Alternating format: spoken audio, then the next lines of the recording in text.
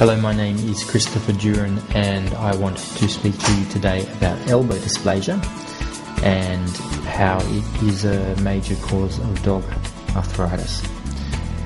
Elbow dysplasia is essentially an abnormal growth of the elbow. It's just not forming properly, and this is a puppy thing that they always get at a very early age, but the symptoms may not really show until much later in life. It depends how mild or how severe they are affected. Dogs with elbow dysplasia will show all the typical signs of arthritis, which I'll get into below.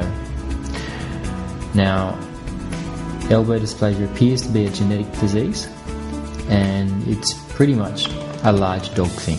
Golden retrievers, Rottweilers, German Shepherds, Labradors, those types of dogs are highly prone to elbow dysplasia and will usually get it from about 5 to 12 months of age, although, as I say, the signs may not show until much later in life.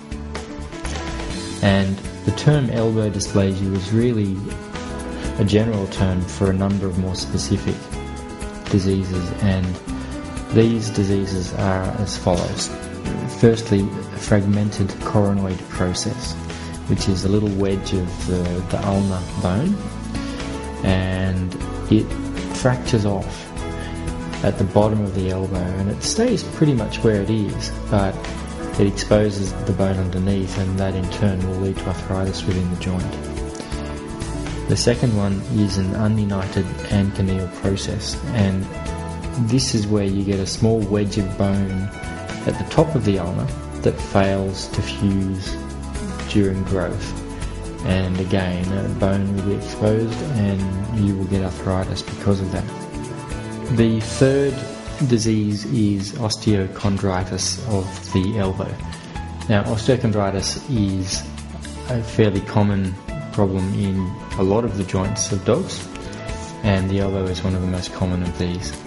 What happens is a defect in cartilage formation causes a loose flap of cartilage to form and to sometimes flap right off and float around within the joint, or to stay in place but to flap around and cause its own set of problems that way.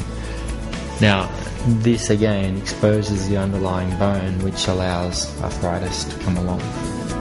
The fourth problem is what we call joint incongruity, and this is just basically where you have a joint that doesn't quite fit together properly, and if the surfaces of the joint don't quite ride well along each other or around each other, then you're going to get friction. That's going to wear the cartilage down, and eventually you'll get exposure of the underlying bone, and you guessed it, arthritis will result. So they're the four main reasons that dogs would get what we call elbow dysplasia. The symptoms of elbow dysplasia are often quite mild, at least in the early stages. And this is a bit of a problem because it can make it quite hard to pick up. Dogs can be a little bit stiff, and this may be after resting in particular, whether that's a sleep or an afternoon rest or whatever. They may lick or worry at the elbow joint. They may be less active. They may show signs of lameness, but not always. They may show minimal signs at all, and as I say, this makes the symptoms quite mild for a lot of dogs, and that in turn means that we pick this disease up quite late. And that's a problem because, like with all these conditions, if you pick it up early, you can usually do something about it. If you pick it up late, there's often very little that can be done. Making a diagnosis, vets can diagnose elbow dysplasia through a variety of tests. Any young dog that's stiff in the elbows is almost certainly going to have elbow dysplasia. If they're young and they're showing signs of arthritis in their elbows, they've got some form of elbow dysplasia almost without a doubt. So x-rays can help to confirm that diagnosis, but they sometimes don't give us as much information as possible, except maybe with joint incongruity. Arthroscopy, where you stick an endoscope or a little camera into the joint, can be helpful. It can show these cartilage flaps beautifully, and even more importantly, it can sometimes grab onto these cartilage flaps and pull them out, which is fantastic.